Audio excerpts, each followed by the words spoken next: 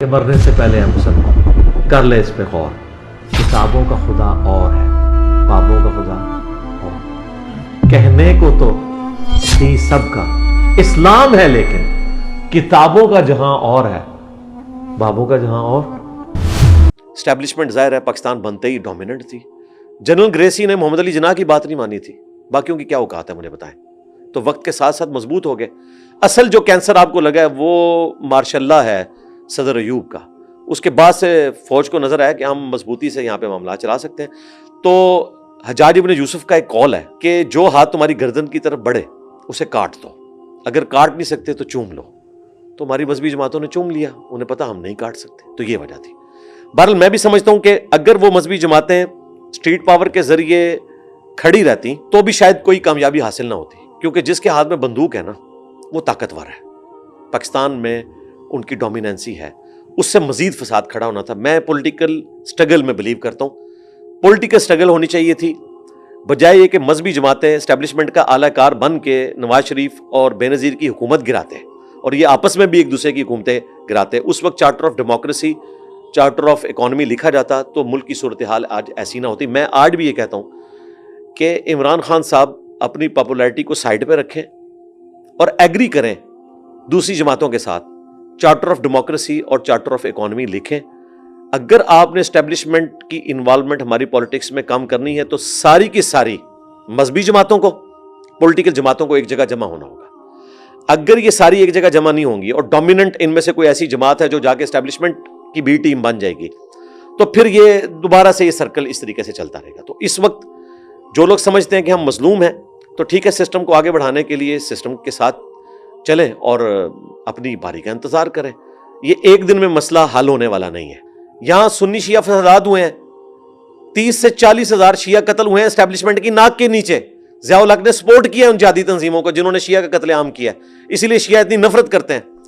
جب بھی اسٹیبلشمنٹ ان کو اپنے پاس بلاتی ہے وہ کہتے ہیں کہ یار ہم تو اسی نیریٹو پہ تھے جو آج آپ نے ایف اے ٹی ایف کے بعد اڈاپٹ کیا ہے. میں تو شیعہ علماء سے بھی ڈسکشن کرتا ہوں، جب وہ آرمی چیف کے سامنے بیٹھے ہوتے ہیں تو مجھے بتاتے ہیں کہ ہم نے کیا ڈسکشن کی. وہ ڈکے کی چوٹ پہ کہتے ہیں کہ بھائی آپ جو باتیں کر رہے ہو یہ تو ہم اس وقت کرتے تھے جب ضیاء الحق جو ہے ہمارا قتل عام کروا رہا تھا، آج آپ نے ہمارا نیریٹو اڈاپٹ کیا. آخری خبر جو ہم کریں گے وہ ہمارے پیارے دوست انجینئر محمد علی مرزا صاحب کے بارے میں.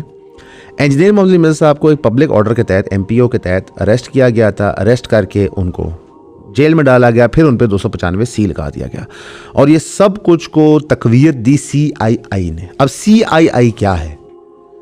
یہ جو کونسل ہے جس نے بیسیکلی آپ کی ایک ریلیجس شیپنگ کرنی ہوتی ہے، فتوات دینے ہوتے ہیں، اس نے اپنے آپ کو اتنا ڈیگریڈ اور ڈی بیس کر دیا ہے کہ آج ہائی کورٹ نے باقاعدہ ان کو سیٹ ان لائن کیا.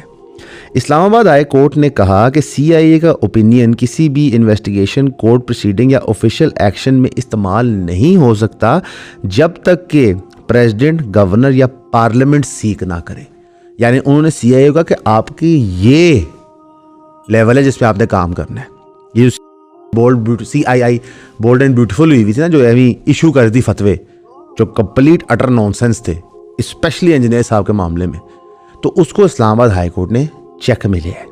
انہوں نے ایف آئی اے، پولیس اور باقی ایجنسیز کو ڈائریکٹیوز دیے کہ آپ فیوچر میں ریگارڈنگ سی آئی اے اوپینینز پہلے ہمیں کلیئرٹی دیں گے، پھر ہم انیشیٹ کریں گے کوئی چیز ہوتی ہے کہ نہیں ہوتی. اب یہی وہ بیکنگ تھی جو سب نے بنائی تھی ان کو اریسٹ کرنے کے لیے، 295 سی کا مقدمہ چلانے کے لیے. لیکن ہارش ریئلٹی یہ ہے کہ ڈسپائٹ دس علی بھائی کا باہر آنے کا نظریہ، باہر آنے کا راستہ بھی اتنا کلیئر نہیں ہے. کیونکہ جب ایک بندے کو 3 ایم پی او کے تحت اٹھایا گیا ہے، اس کی بیل اپلیکیشنیں آ رہی ہیں، وہ بندہ فلائٹ رسک نہیں ہے، تو آپ اس کو بیل کیوں نہیں دے رہے؟ اس کا تو سی آئی اے سے کوئی تعلق نہیں ہے، اس کا تو ان جج سے تعلق ہے جس کے سامنے بیل اپلیکیشن آ رہی ہے. تو ریاست کے کوئی عزائم ہیں، ریاست کی کوئی پلاننگ ہے، اور یہ سب سے گھنونا گھٹیا طریقہ ہے کہ آپ لوگوں کی آوازیں بند کریں. آپ کو انجینئر نہیں پسند، نہ پسند ہو. آپ کو ساحل دین نہیں پسند، نہ پسند ہو. کیسر راجہ نہیں پسند، علماء کرام نہیں پسند ہو، نہ پسند ہو. آپ آوازیں کیوں بند کر سکتے ہیں؟ اور یہ ایکسپوز آوازیں بند کرنے کی جو خواہش ہے نا، یہ ایکسپوزے ہو چکا ہے ہمارے بہت سارے نان گورنمنٹ دوستوں کا، جو بیٹھ کے چیئر لیڈ کر رہے تھے ٹی ایل پی کا قتل عام. ہمیں یہ ماننا ہے کہ فریڈم آف سپیچ ایگزسٹ کرنی چاہیے، آپ لوگوں کو اختلاف رائے رکھنے تھے. یہ ویڈیو کسی طاقتور بندے کو پہنچائی جائے جہاں پہ بتایا جائے کہ انجینئر محمد علی مرزا کا کیا قصور ہے کہ وہ آپ سے چندہ نہیں لیتا, وہ لوگوں کو گمراہ نہیں کرتا پیسے لے کے, وہ ملک سے باہر جا کے نہیں بیٹھ جاتا, وہ کسی اور ملک کی سٹیزن شپ نہیں سیکھ کرتا. اس نے کوئی ہتھ کنڈا نہیں استعمال کیا جو پاکستان کی علماء کلاس کرتی رہی ہے. ہمارے چیف آف آرمی اسٹاف سارے عالموں کو پاکستان کے بلاتے ہیں اور ان کو ایڈریس کرتے ہیں, تو فرنٹ رو میں کون بیٹھا ہے؟ شف شف سرکار. اور انجینئر محمد علی مرزا صاحب کہاں ہیں؟ جیل میں. یہ لیول ہے ہمارے انسٹیٹیوشنز کا کہ وہ فراڈ کو ریکگنائز نہیں کر پاتے, اور جو بندہ قرآن و سنت کی بات کرے اس کو تون کے رکھ دیتے. یہ بہت افسوسناک لیول ہے. آپ دیکھیں ہماری انٹلیکچوئل کلاس ڈیگریڈ کی, ایجوکیشن پہ کوئی پیسے خرچ نہیں کیے, اپرچونیٹیز فراہم نہیں کی. ہماری ورکنگ کلاس کے لیے جابز نہیں موجود. ہماری علماء کلاس کو خریدا جاتا ہے, بلیک میل کیا جاتا ہے, اور جو بندہ ان دونوں ہتھ کنڈوں میں نہیں آتا اس کو جیل میں کر دیا جاتا ہے. تو اس ملک میں بھائی کس کو رائے کی آزادی ہے؟ فیصل ووڈا صاحب کو, وہ کون ہے؟ ہو از ہی از پبلک سرونٹ. یا خواجہ آصف صاحب کو جو گناہ کر کے 80 سے اقتدار میں آئے ہوئے صرف کہتے ہیں جی ہم مانتے ہیں نا ہم نے گناہ کیا. تو اپیرنٹلی ساتھ صاحب آپ کسی کا مرڈر کریں اور مان لیں آپ نے مرڈر کیا تو پرابلم سالو, نو کرائم ختم. تو اس ملک کو اگر آپ لطیفہ نہیں بنانا چاہتے تو عوام الناس کو کھڑے ہو کے آواز بلند کرنی پڑے گی اکاؤنٹیبلٹی کی اکراس بورڈ, اور نہیں پرواہ کرنا کہ آپ کی پسندیدہ جماعت ہے, آپ کا رشتہ دار ہے, آپ کا عزیز ہے, آپ کی قوم ہے, آپ کا سیکٹ ہے. اکاؤنٹیبلٹی ہوئے گی تو کچھ ہو سکتا ہے. مسئلہ آپ کا ایک ہی ہے, وہ یہاں کوئی سسٹم نہیں بننے دیتے. بس وہ اگر لائن کے اوپر آ جائیں آپ کا ملک بھی اٹھے گا.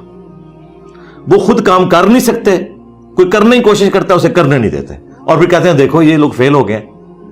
بھائی فیل تو انہوں نے ہونا ہے. آپ ان کو کبھی کسی ایک اسمبلی نے بھی کوئی انسانوں کی طرح ٹائم پورا کیا نہیں سر. ہاں, یہ مسئلہ ایک ہی ہے. یہ میں شروع سے کہہ رہا ہوں اور آندہ بھی کہوں گا, ڈنکے کی چوٹ پہ کہوں گا, مسئلہ ایک ہی ہے. اس کا حل کیا ہے علی بھائی؟ مثلا مسئلہ آئیڈینٹیفائی ہو گیا, حال تو میں نے بتا دیا 500 سال تک مجھے نہیں کوئی نظر آ رہا, بالکل نظر نہیں آ رہا. اس کی وجہ ہے ہمارے جینز بدل دیے ہیں ان لوگوں نے, بالکل ڈی این اے بدل دیا. ہم لوگ اس سے باہر سوچ ہی نہیں سکتے, اپنے ڈبے میں بند ہو. جی میرے جیسے تو بہت تھوڑے لوگ ہیں, پڑھے لکھے لوگ کتنے ہیں, باقی تو سارے جو ہیں وہ جڈ ہیں. ان کو تو انہوں نے یہ پٹی پڑھا دی ہے کہ دیکھیں جی یہ سیاستدان فیل ہوتے ہیں اس لیے ہمیں آنا پڑتا ہے. یہ نہیں بتاتے کہ ہماری وجہ سے فیل ہوتے ہیں. ہم نے کسی سیاستدان کو کبھی چلنے نہیں دیا, ہم عدلیہ کو بھی انفلوئنس کرتے ہیں. ٹھیک ہے, یہ مسئلہ یہی ہے. لیکن اس کو قطن کوئی یہ نہ سمجھے کہ میں کوئی عمران خان صاحب کے جھنڈے کو سپورٹ کر رہا ہوں یا نواز شریف صاحب کے جھنڈے کو سپورٹ کر رہا ہوں. یہ سب لوگ, یہ بھی ان کے اعلی کار ہیں. یہ جب تک بیچ میں رہتے ہیں نا تو یہ لوگ بھی اسی طرح ڈکٹیٹر بنے ہوتے ہیں. جب باہر نکلتے ہیں تو کسی کو ووٹ کو عزت دو یاد آ جاتی ہے, کسی کو یاد آتا ہے کہ جی میں فوج کے خلاف جہاد کر رہا ہوں. ٹھیک ہے, تو جب یہ ساتھ ہوتے ہیں, بینیفیشری ہوتے ہیں سسٹم کے, تو یہ مسئلہ بھائی ایک ہے. یہ ان بڑوں کو بھی سمجھ آ جانا چاہیے, مسئلہ ایک ہی ہے کہ یہاں پہ ڈیموکریٹک ویلیوز نہیں چل رہی. یہ ہمیشہ آپ کو کوئی چورن بیچتے ہیں جی کرپشن ہو رہی ہے. انڈیا میں نہیں کرپشن ہو رہی, بہت زیادہ ہوتی ہے. اچھا, تو انڈیا کے اوپر جا رہا ہے کنٹینیوٹی. اس لیے ہم نے بار بار کہا ہے کہ چارٹر آف ڈیموکریسی اور چارٹر آف اکانومی, یہ 2 چارٹر لکھ لیں, کوئی کسی کی ٹانگ نہیں کھینچے گا, اور ساری پارٹیاں مل کے یہ ڈیسائیڈ کریں کہ آندہ 25 سال کے لیے یہ اکانومی کی لائن ہوگی. کوئی بھی جماعت حکومت میں آئے اس کو کنٹینیو کرے گی. اور دوسرا یہ جس طریقے سے تماشا ہوتا ہے جو عدلیہ نے 2017 میں کیا نواز شریف صاحب کے ساتھ, اور پھر ہماری اسٹیبلشمنٹ کے ساتھ مل کے باقی جماعتوں نے, پی ڈی ایم نے کیا عمران خان صاحب کے ساتھ, یہ تماشے ختم ہو.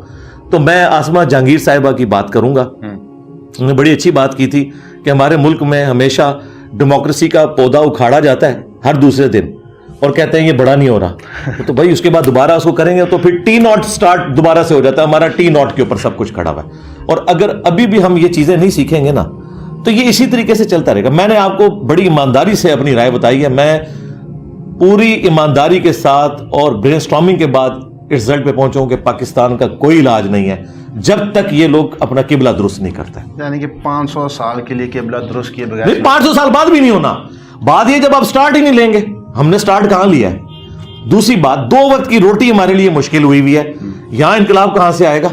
ٹھیک ہے, اور جو آپ تاریخ میں جتنی انقلاب کی مثالیں دیتے ہیں نا ان میں سے کوئی بھی پیٹرن پاکستان کے اوپر فٹ ان نہیں بیٹھتا.